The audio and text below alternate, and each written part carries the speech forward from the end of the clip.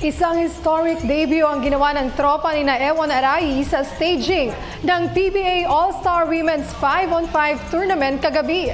Dinomina ng Team A o ng Light Team ang Team B o Dark Team 43-35 upang opisyal na angkinin ang korona ng Women's 5-on-5 game. Ang kabuuang detalye ihahatid sa atin ni Aryan Malyare.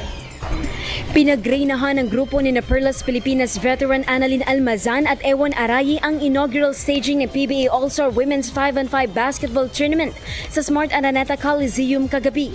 Si Almazan ay tumikada ng 14 points habang 13 markers, 7 boards, 3 assists at 2 steals naman ang tinapos ni Arai.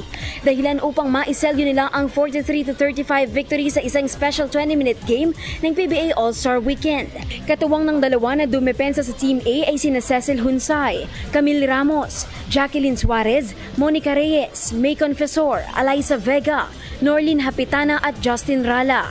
Sa panayam ng PTV Sports, walang mapagsidla ng kasiyahan si Arai dahil sa matagumpay nilang showing sa PBA All-Stars, kung saan lalong tumaas umano ang kumpiyansa nilang mga kababaihan sa sport. Be the glory nga talaga kasi 'di ba yung achievement natin namin na women's basketball na-unlock na yung matagal nating inaantay na kumbaga opening ngayon ng door for women's basketball nga programa dito sa Pilipinas.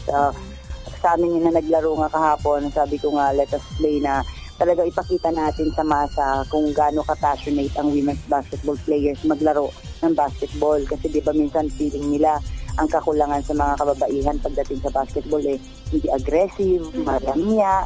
Diba? So sabi ko kahit ito ay parang trial and error pa lang ng PBA for women dito sa kanilang kumbaga magarang programa na ng basketball, ito yung naisingit kami kahapon talagang sobrang overwhelming sa aming mga puso talaga na sa wakas, diba, na ipakita na rin ng kababaihan na meron din, kaya din talaga ng babae na magkaroon ng media exposures, di ba? At the same time, yung mapapanoorin siya ng masa, malaking potential din ng women. Matapos ito, inamin ni Arai na ibabaling niya na ang kanyang atensyon sa Perlas Pilipinas team na nakatakdang sumabak sa Sayaba Cup sa Malaysia sa susunod na buwan. Ang alam ko ay ang Thailand ang nag-champion po.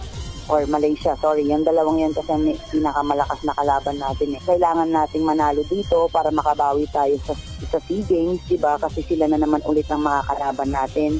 Ibang, kumbaga, kalimutan na natin yung FIBA na nakapasok tayo ng level 1 at mag-focus ng another step, which is ito na kailangan maglaro kami ng maayos, masuportahan ito ng gobyerno natin. Kasi syempre, diba, maganda kasi yung pakiramdam pag alam mong lumalaban ka at marami kang kakampi.